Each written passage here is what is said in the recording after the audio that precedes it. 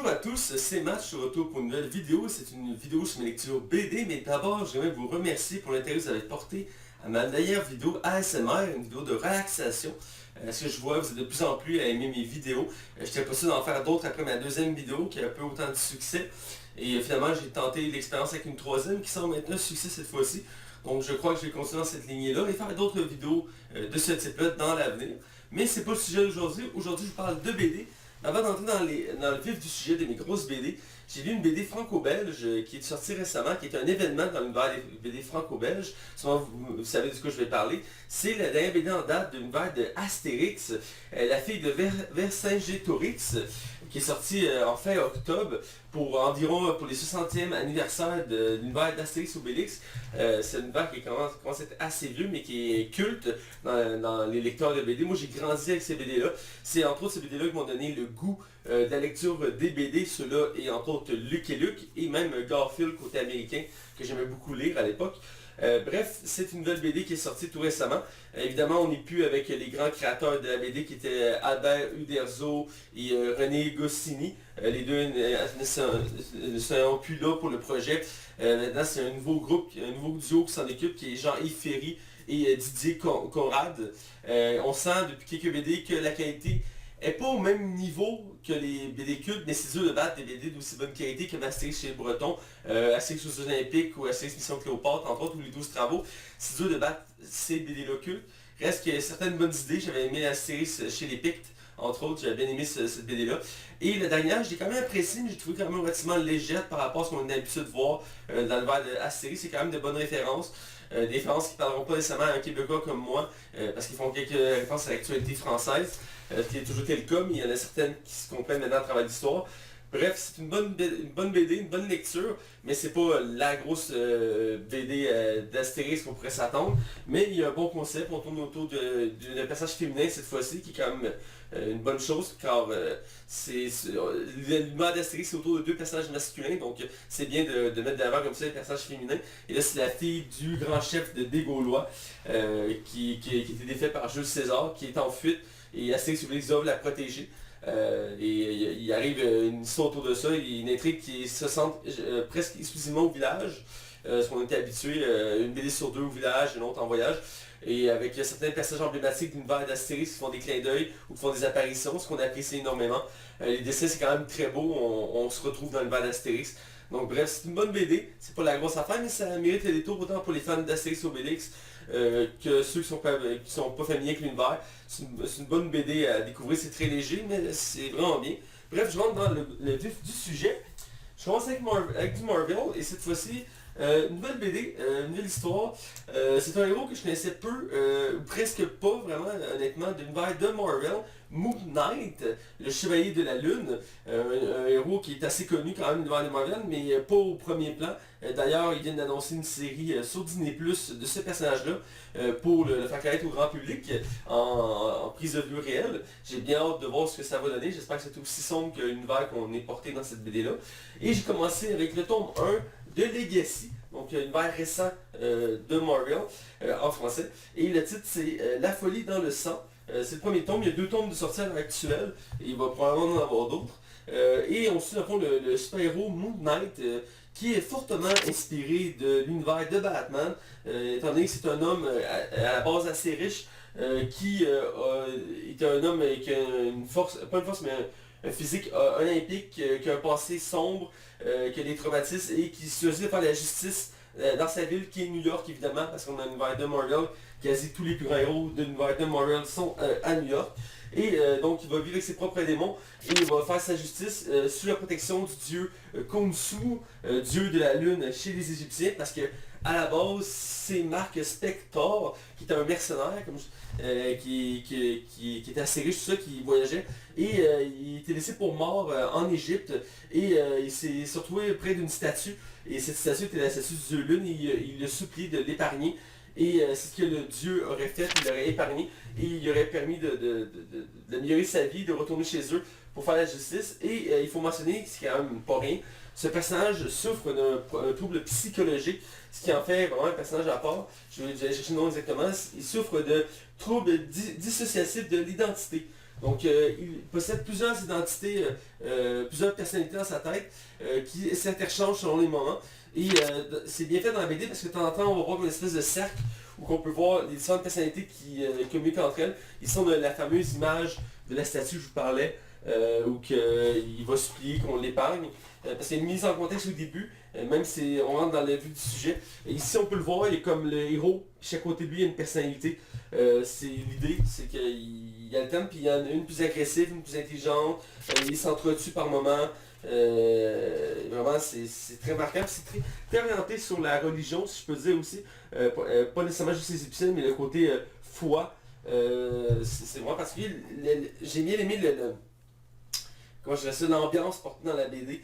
Il y a un côté sombre, un côté très urbain que j'aime beaucoup, que j'aime chez Batman. C'est très urbain, c'est très terre à terre, il court dans les rues de Toronto, il se bat, il y a du sang, il est essoufflé. Puis il y a une violence assez brutale. Et contrairement à Batman, lui, il ne sera pas à franchir la ligne au besoin, même s'il préfère ne pas la franchir. Il y a un côté mystique aussi qui est abordé, étant donné que le côté religion, tout ça, c'est vraiment bien. Il y a un débat intérieur récurrent dans la BD sur ses personnalités. J'ai vraiment bien aimé ce personnage-là, comme je disais que je connaissais peu. La BD permet d'embarquer une verse sans trop être perdu, même si un peu plus de mise en contexte va être apprécié. Je comprends que c'est le tome 1 Legacy, c'est pas le tome 1-1 des 100% Marvel de Moon Knight. Reste que j'ai bien apprécié. J'ai aimé le design, c'est évident que, comme je dis, beaucoup de références avec Batman. Il y a un costume, il y a des gadgets, il lance des lunes, il y a une cape blanche qui permet de voler. Même dans d'autres BD, dans celui-là on ne le voit pas, mais dans l'univers classique de Moon Knight, j'avais lu qu'il y avait sa Moon Cave avec sa Moon Mobile, etc. Vraiment inspiré de Batman. Mais c'est pas un Batman, comme je dis, il souffre de troubles de personnalité, il est beaucoup plus violent. Il y a un côté mystique avec le dieu de la lune qui comme le protège comme une personnalité aussi en lui. C'est vraiment intéressant. La BD s'attarde sur un nouveau méchant qui est introduit dans l'univers de Moon Knight. C'est comme si on peut dire un nouveau grand rival de Moon Knight. C'est comme son équivalent, c'est comme sa version négative, si je peux dire, son double négatif de Moon Knight. C'est un homme qui souffre aussi de troubles mentaux et qui croit être le représentant du dieu Ra sur Terre. Donc le dieu Ra, c'est le dieu du soleil égyptien et des pouvoirs de contrôle du feu. Il va vite devenir obsédé par Moon Knight, étant donné que Moon Knight est la représentation du dieu égyptien de la lune. Et donc c'est deux dieux qui s'opposent dans la mythologie égyptienne. Et là-dedans, c'est vraiment mis dans le premier plan. Et c'est vraiment autour de ce combat-là qui va s'entourer. Et aussi un bon développement, comme je dis, psychologique, car le personnage va avoir plusieurs problèmes à régler. Même si au début, il y a une bonne base, ça le dit en entrée de jeu qu'il est plus stable qu'avant. Il va se retrouver avec des nouveaux problèmes, entre autres avec des amis, de la famille, tout ça, qui va pas l'aider à rester stable. Mais ça reste qu'il y a un bon développement. C'est vraiment... je me retrouve bien en tant que fan de Batman pour ce genre de médias, mais aussi je suis content que ce ne soit pas une copie collée comme on peut voir de temps en temps dans les univers des BD. Ici vraiment il a sa personnalité propre, il voit amplement le détour et c'est vraiment une bonne lecture, j'ai hâte de continuer de ce côté-là. Avec Moon Knight, je l'invite fortement à découvrir. Je vais prochainement me prendre le tome 2. J'ai bien hâte de lire la suite. D'ici, j'ai une BD pour vous. C'est le dernier tome du Rebirth de Green Arrow, le tome 6, perte et profit. C'est bien indiqué ici dans les tomes de la série. C'est pas dans les tomes de Green Arrow, mais pour l'univers Rebirth, qui est un univers récent des BD, je pense que c'est en 2007 ou 2018, des BD de DC. On en fait atteindre la fin de la ligne avec Green Arrow, qui a un développement assez marquant dans l'univers Rebirth. Je l'ai beaucoup plus apprécié dans l'univers Rebirth que l'univers New 52, qui était l'univers précédent. Qui avait fait beaucoup de changements à l'univers de Green Arrow, qui l'avait, je peux dire, quand même assez rajeuni, changé son style, qui a changé un peu ses origines. Ils ont mis quelques nouveaux méchants qui n'étaient pas nécessairement marquants en soi, quelques tous aussi qui n'étaient pas nécessairement nécessaires. Ici, toutes les BD tournent sur le même ennemi, si je peux dire global, même si c'est d'autres ennemis qui s'ajoutent au fur et à mesure. C'est une organisation mondiale qui a mis son pied à terre à Star City, qui est Seattle à la base comme ville, ce qui est assez particulier, que c'est là une vraie ville à la base, que mettons Gotham, Metropolis, Central City, c'est pas des vraies villes. Ici à la base c'est Seattle qui a été transformé en Star City. Et donc ici on arrive vraiment à la grande conclusion, si je peux dire, épique de l'univers de Green Arrow, où que Green Arrow va affronter tous ses ennemis qui tournent autour depuis le début des Rebirths et tenter de mettre à bas cette organisation qui est le 9e cercle qui a pris le contrôle de sa ville. Et il va rester d'une certaine manière, il va avoir une certaine paix dans la BD, même si c'est pas une fin si satisfaisante que ça en termes comment je dis ça, d'happy ending, même s'il y a un bon fond, il y a un message d'évolution pour la suite du noir de Green Arrow. C'est toujours le fun de le suivre, de voir ses combats. J'aime vraiment la façon que c'est découpé dans la BD quand on le voit se battre. Ici on a un beau plan du côté des méchants, qui est comme le conseil du Green Arrow. Ici les combats. J'aime bien le découpage des combats, il y a comme une fluidité, on a vraiment l'impression que ça bouge dans les combats, surtout les combats avec les flèches. J'essaie d'en trouver une qui serait vraiment intéressant à regarder. Toujours aussi la relation entre Black Canary et Green Arrow qui évolue encore bien. C'est vraiment une des forces de l'univers de Green Arrow, c'est qu'il n'est pas seul en tant que tel en termes de relation. Il y a vraiment une personne qui le supporte, outre ses amis, c'est vraiment une relation qui l'aide à s'améliorer du premier tome jusqu'à là. Il y a des twists dans l'histoire qui m'ont un peu dérangé par contre. Il y a une twist dans un tome qui continue ici évidemment, qui est autour de sa famille et qui, je trouve ça un peu... Je comprends, je voyais aussi ça lignait avec les autres tomes. Il s'est tourné autour de l'origine de sa famille, c'est sa famille qui avait fondé la ville, qui avait élevé cette ville-là au rang d'une des plus grosses villes des États-Unis, tout ça, qui sont enrichis, tout ça, qui a un côté justicier. Mais la twist autour de sa famille, en tout cas, pour ma part, j'ai pas trouvé ça très, très fameux, mais pour le reste, c'est vraiment intéressant. On voit, comme je dis, plusieurs ennemis emblématiques de Green Arrow, dont un de mes ennemis préférés univers de DC, qui est l'Archer Noir, Tommy Merlin, que j'aime bien, qui est comme son némésis négatif. Mais j'aime ça voir les duels d'archers, tout ça, c'est vraiment apprécié. Et comme je dis, une bonne conclusion. J'aime toujours l'esthétique de Green Arrow, c'est urbain, c'est sombre, mais il y a un côté très coloré par moments, ce qui n'est pas nécessairement la force des BD de Batman, ça reste tout le temps dans le gris. Ici, oui, il y a des moments très sombres, on voit sur la couverture, il pleut, il fait nuit, tout ça. Mais il y a des moments avec des bonnes couleurs orangées, rougeâtres, ce qui fait en sorte qu'il y a un côté très lumineux aussi qui s'en sort. Green Arrow essaie tout le temps de retourner vers la lumière. Il veut pas rester dans le côté sombre, ce que je trouve vraiment bien de ce personnage-là. C'est vraiment...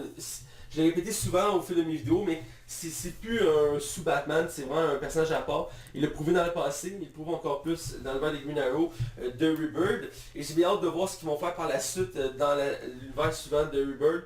Ils vont établir une nouvelle base évidemment, mais je suis vraiment impatient de voir la suite de ce personnage-là. Ils vont dans quelle direction il va évoluer. Ici, il va se rattaquer encore à cette organisation-là qui a pris tous les tomes jusqu'à celui-ci pour les battre. Et à la fin, c'est vrai, je vais le mentionner, c'est le dernier chapitre, si je peux dire, de cette BD-là. C'est un des plus beaux chapitres que j'ai vu dans toutes les Rebirths que j'ai lu à date, j'en ai lu quand même pas mal. C'est que tout le long du numéro Rebirth, Green Arrow est accusé d'un meurtre. Pas Green Arrow, Oliver Queen est accusé d'un meurtre. Et de ce fait, il doit se cacher. C'est pour ça qu'il poursuit entre autres l'organisation du 9e cercle. Et à la fin, son tribunal, il va au tribunal, il va se faire juger.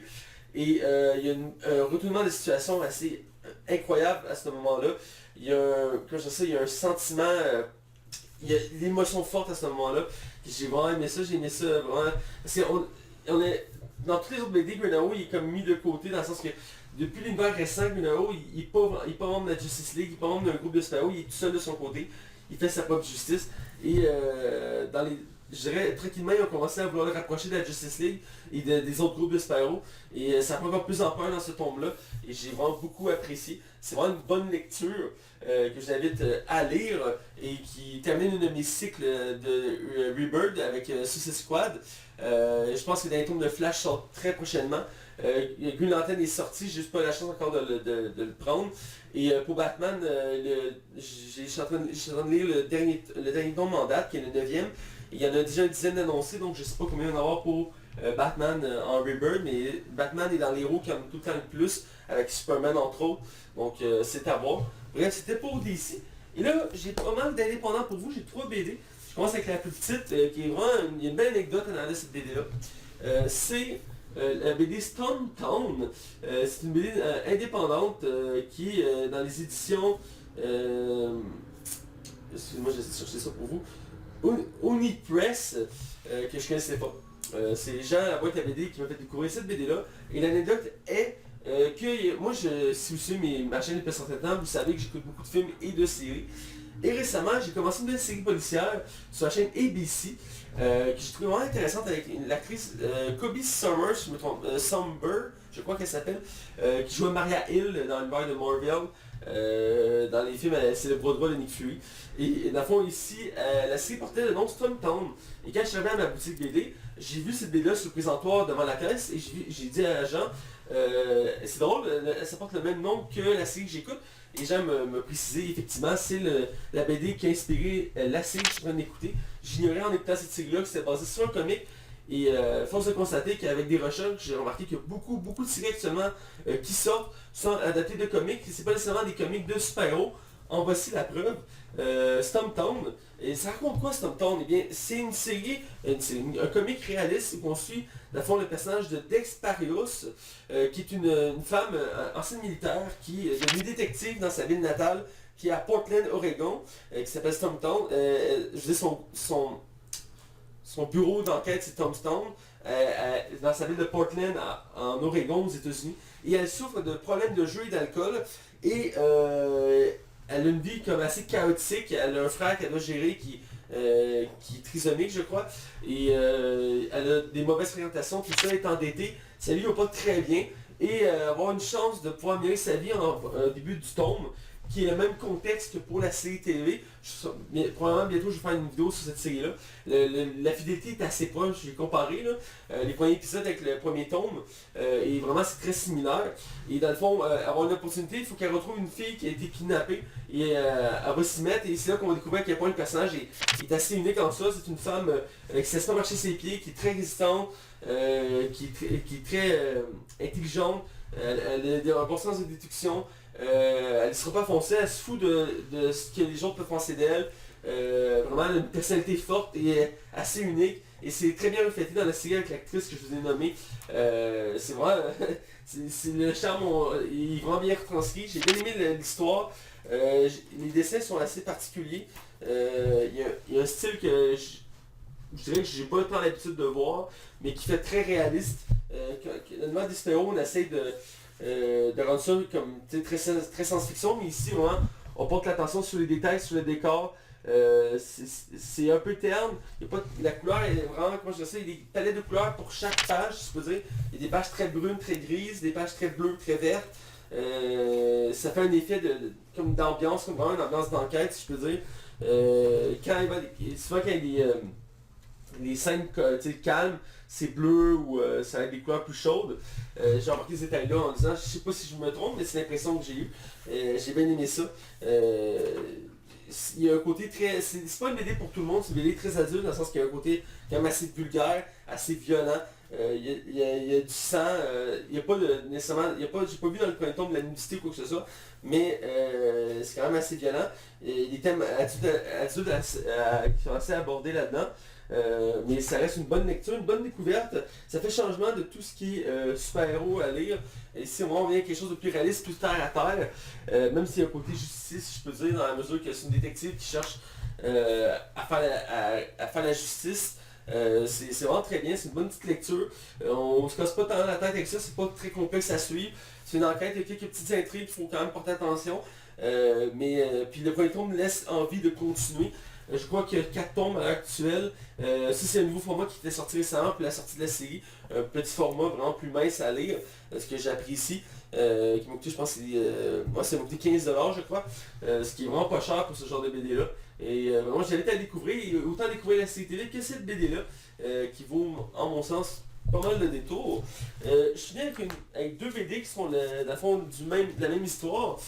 C'est les tomes 1 et 2 chez Delcourt de Lobster Johnson. Tiens, je vais mettre comme ça va être mieux, 1 et 2. Et c'est une des BD que je voulais lire depuis plus d'un an. Vraiment, ça fait vraiment longtemps que je voulais les lire.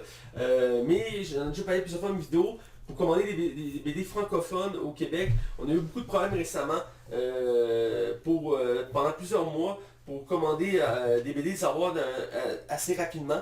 Et donc j'ai dû être patient et attendre. Il y a plusieurs BD que j'ai pas pu attendre, je les ai pas mis en anglais, ou j'ai réussi à trouver d'autres versions où j'ai fini par abandonner le projet. Mais ceux-là, je tenais énormément. Quand j'avais découvert une BD l'année dernière, je crois que j'ai parlé dans mes vidéos, si c'est pas le cas, je vais le faire prochainement. C'est la BD de Black Beetle.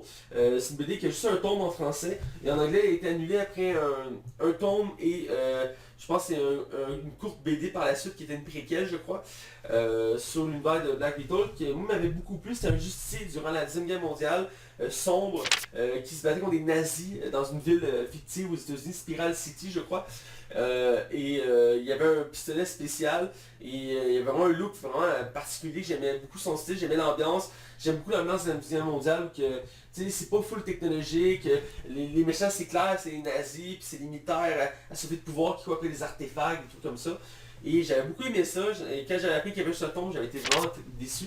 Et j'en avais parlé à Jean, à la boîte à BD, et il m'avait dit, eh bien, ça ressemble à un autre personnage qui est connu de l'univers des comics, qui est Lobster Johnson, qui est un personnage de l'univers de Hellboys. J'ai pas eu la chance de lire en tant que tel le BD de Hellboys encore. Ça devrait se faire prochainement, car j'aime beaucoup le style graphique de ces BD-là et le personnage en soi, même si les films Hellboys ne rendent pas justice au personnage. Et donc c'est Lobster Johnson et avec recherche par la suite, j'ai appris que The Black Beetle s'est inspiré de Lobster Johnson, car le personnage est assez ancien dans l'univers des comics. Et dans le fond, c'est un justicier durant la Deuxième Guerre mondiale qui se bat avec certains gadgets, qui a un côté très sombre. Et il se bat contre des nazis, entre autres, et des créatures qui tentent d'attaquer les États-Unis, des démons, des trucs comme ça, comme dans l'univers des Dead Boys. Et il va empêcher justement ces nazis ou des démons ou ce genre de trucs-là de faire du mal. Et il va aussi avoir une fameuse pince sur une de ses mains qui peut brûler ses ennemis si ça marque dans tous les sens du terme, qui représente le personnage, que c'est Lobster Johnson. On le voit ici, le rond avec la pince, c'est son logo. Vraiment, c'est un personnage que j'ai bien aimé. Ce qui est le fun de cet univers-là, c'est qu'il est assez complet. En anglais, je pense qu'il y a 6 tomes à l'heure actuelle, et en français, il y en a 4. Je vais juste en prendre un pour l'instant de montrer des exemples de pages. Et dans le fond, il y a une équipe avec lui, ce qui fait en sorte qu'il n'est pas un héros solitaire qui court de toi en toi la nuit. Il y a une équipe avec lui qui l'aide à résoudre ça. C'est quand même assez bien parce qu'à l'époque, les supports n'étaient pas aussi présents, il n'y a pas de batte ordinateur, il n'y a pas de technologie. Et donc, vraiment, c'est vraiment de base et j'aime beaucoup ce côté-là. Côté polar, côté sombre, enquête, j'aime beaucoup ce style-là. Je vais monter le style graphique. J'aime beaucoup les scènes de combat dans cette BD-là. Il y a un beau style. C'est violent, mais il y a une certaine limite. C'est quand même assez général. C'est pas mal tout le monde qui peut lire ça. J'aime beaucoup, comme je dis, j'aime beaucoup le style graphique. Je vais montrer d'autres images. C'est vraiment très beau. C'est le même style que Hellboys, donc pour ceux qui lisent Hellboys, ne sont pas dépaysés. J'aime vraiment le côté enquête, le côté... il y a beaucoup de mystères, on essaie de comprendre, il y a des intrigues qui s'ajoutent. Et à travers les tomes, on a comme des fausses pages de journal qui relatent l'histoire d'origine du personnage, que même après 2 tomes, il reste beaucoup de mystères à comprendre. Mais vraiment, ça ajoute à l'ambiance d'époque. C'est comme si on lisait un radio-roman des années 40 ou qu'on lisait, on lisait des vieilles BD d'époque. Même la preuve, c'est qu'ils font des fausses pages de comics ici à Dixon. J'aime vraiment ce côté-là. L'ambiance, c'est vraiment bien reflété. Je dirais que le personnage, c'est un peu comme Batman, mais de base, l'origine du Batman, dans le sens que maintenant, nos jours, Batman est quand même overpowered par rapport à ce qu'il était. Ici, vraiment, le personnage, il mange des coups, il mange des balles, il est blessé, il saigne. Des fois, il faut qu'il se replie, il est déboussolé, il fait des erreurs. J'aime ça, c'est un côté vraiment plus humain que j'apprécie, même il reste qu'il est épique en soi. Il y a un côté vraiment badass, il sait se battre, son style est vraiment cool, sa pince, c'est vraiment malade. Je vais vous montrer les images du deuxième tome, attendez que je vous montre les deux back-à-back. Le deuxième étant La main enflammée et le premier, le Prométhée de fer. L'histoire se suit à travers les tomes, donc c'est pas une histoire différente à chaque tome, même si c'est plus ou moins une deuxième enquête dans le deuxième tome. Ça reste qu'il y a une continuité pour certains éléments. Le deuxième tome, J'ai particulièrement aimé le deuxième tome pour son histoire, pour son intrigue, qui n'était pas tant porté comme je parlais tantôt, c'est nazi, tout ça, mais plus sur le côté mystique qui est abordé dans cet univers-là, que j'ai vraiment apprécié. Il y a un côté enquête très développé, il y a beaucoup, je pense qu'il y a un chapitre au complet avant qu'on voit le héros, pour mettre vraiment en contexte l'histoire et les twists et les nouveaux méchants qui sont introduits. C'est quand même bien, c'est pas le genre de BD qui va forcer de mettre à chaque page le héros, de mettre de devant, zoomer, tout ça. Il faut ça garder une grande part mystérieuse, j'aime beaucoup ça. Ça ajoute vraiment quelque chose au personnage. J'aime beaucoup le style graphique, je le répète, mais c'est vraiment un beau style graphique qui se reconnaît entre mille, parce que comme je dis, c'est le même style graphique que pour Lobster Johnson, pas Lobster Johnson, Hellboys. Vraiment, regardez, c'est vraiment le style du même audace, c'est vraiment bien fêté. Même à la fin, on a des deux tomes, on a l'auteur qui nous explique qu'il a quand même travaillé sur le personnage et qui a fait beaucoup de recherches historiques pour rendre ça le plus fidèle possible. Il montre des images au début qui n'étaient pas tant fidèles. Avec le temps, il les a travaillé et ça a donné ce résultat-là qui est vraiment, à ma foi, incroyablement bon. Je suis vraiment content de les avoir lus. J'ai commandé les tomes 3 et 4 que j'ai bien hâte de lire. Le tome 5 qui n'a pas encore été annoncé en français. Comme je dis, il y a 6 tomes en anglais à l'heure actuelle. Je ne sais pas s'il y en a d'autres de prévus. Étant donné que c'est comme une sorte de spin-off à l'univers de Hellboys. Mais c'est dans ceux que je vais le plus lire. Ça, puis il y a The Boys, justement, je les ai pris en anglais. J'en ai parlé récemment. Et il y a aussi Kick-Ass, que j'ai pas encore la chance d'obtenir, mais que je voulais commander en français. Ça va être pour bientôt probablement. Parmi les BD que j'aimerais lire. Mais voilà, j'ai eu quand même pas mal de lectures variées. Je vous avais promis ça dans ma dernière vidéo qui était juste sur du Marvel, j'ai pas ma dernière vidéo, ou du DC, je suis plus certain. Excusez-moi, j'ai eu beaucoup de choses entre temps. Mais encore une fois, mes prochaines lectures, je les ai déjà entamées. Comme je dis, je suis en train de lire le dernier tome en date de Batman, qui est le tome 9 Rebirth. Et j'ai autant d'indépendants du Marvel que des DC, donc ça va être encore une fois très varié. J'espère que vous avez apprécié cette vidéo de mes lectures BD. J'essaie toujours d'être le plus clair précis, j'essaie de bien détailler les BD. Si vous trouvez que je donne pas assez d'explications, mentionnez-moi. J'ai remarqué, j'ai écouté certaines de mes vidéos récemment, et j'ai remarqué que des fois je peux aller un peu vite sur certains personnages, certaines thématiques abordées dans ces comics-là. Donc n'hésitez pas si vous voulez que je mette plus d'informations, j'essaie de faire des vidéos le plus concises possible. Donc voilà, j'espère que vous avez apprécié. Et je vous dis, on se revoit très prochainement. J'ai prévu déjà une autre vidéo qui est déjà tournée, je suis en train de la monter, c'est une vidéo sur une série TV que j'aime beaucoup. Je vous en dis pas plus pour l'instant, vous allez la prendre prochainement. Pour faire varier comme de mes lectures BD, je vous ferai faire une vidéo sur mes écoutes de série TV. Donc je vous laisse sur ce teaser-là. Et on se revoit très bientôt pour une autre vidéo. Et restez à l'affût sur ma chaîne Donald Bellec 2.0. N'hésitez pas à commenter, à partager et à liker, autant sur Facebook que sur YouTube. Allez, ciao bye!